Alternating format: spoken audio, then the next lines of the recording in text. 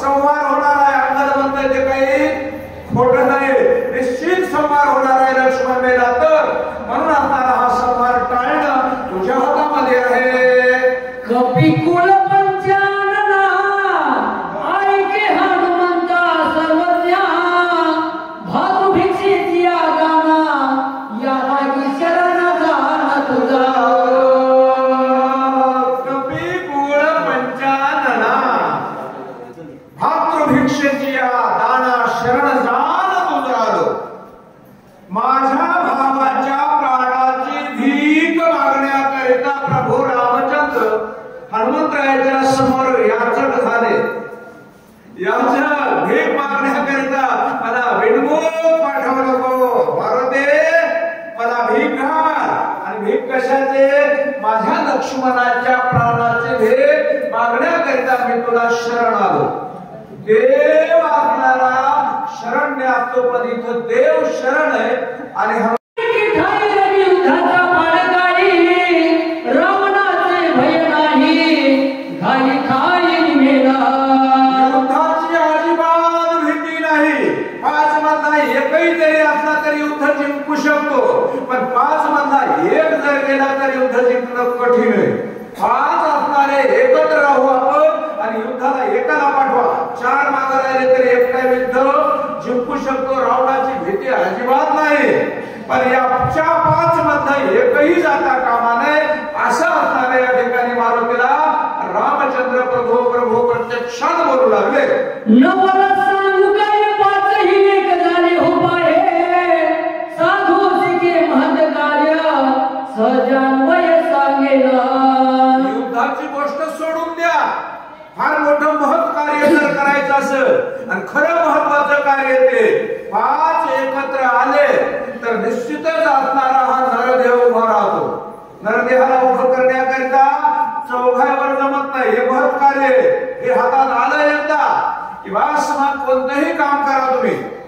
काही junction station मिळतं, पण हे 5 असणारे एकत्र पाहिजे. याच्यातला असणारा इकडं म्हणले उलसूट पळापळी केली, वढाताण केली की बस हे केलं की सत्याला होत असतो. तरी ऐके दासुभटा 5 लिया मरणाचा माझी वटा 5 आपला लिया वाटा निगती आणती. हे केलं तर बाकीच्याला सगळ्याला जावं लागतं. म्हणून असणारा 5 एकत्र राहिलं की महत् कार्य करता येतं. हे खरं आहे.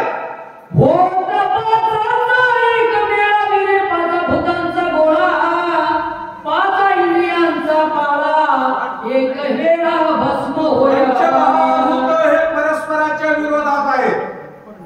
बाहेर बघा या ठिकाणी एकापेक्षा एक मोठं.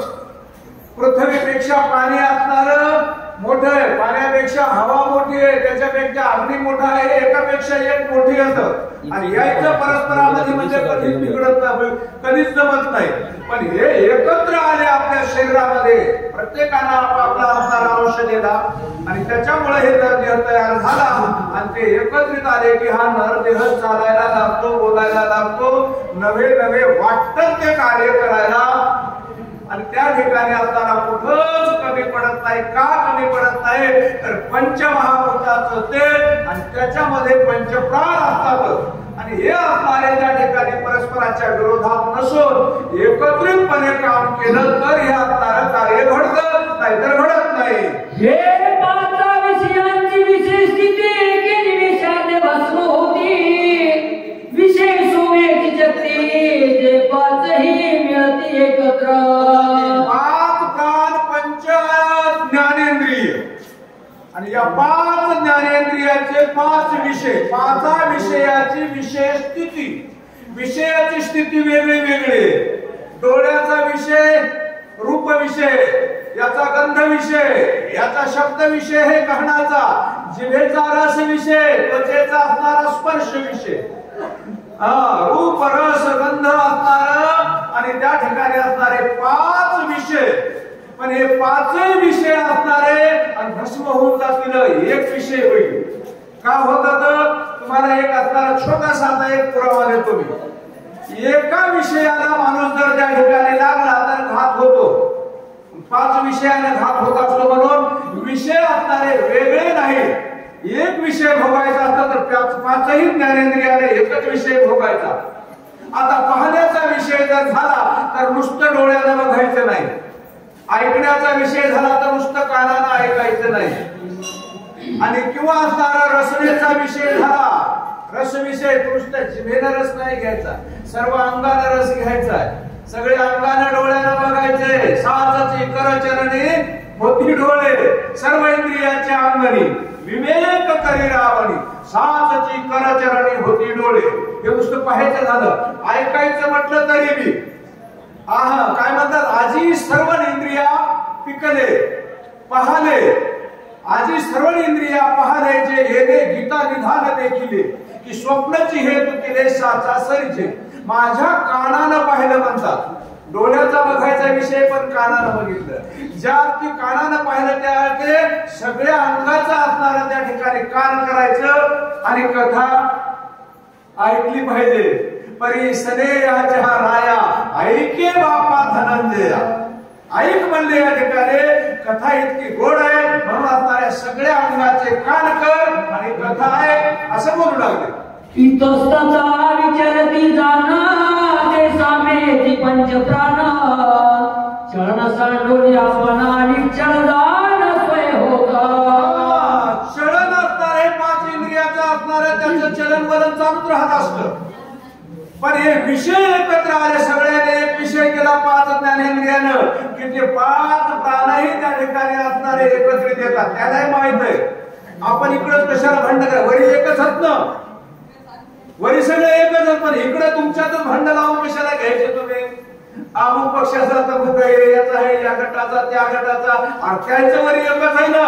मग ते एक होत म्हणून असणारं सरकार चालवतं, तर आपण इथं असणारे वेगळे वेगळे पडून आपण एकमेकांमध्ये ओढाताण करण्यात अर्थ नाही असं त्या पंचप्राणानं ठरवलं आणि ते साम्याला आले.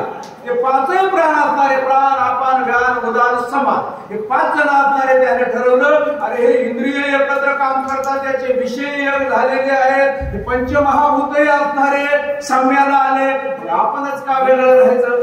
मग त्या असणाऱ्या प्राणाला ठरवलं की आपणही असणारा आता इकडं तिकडं वडावडी करायची नाही. एक यावरल्या चौघास होय पाचाची एक मुसा, अहंकार चित्त बुद्धी मानस सहज समरस स्वय होती.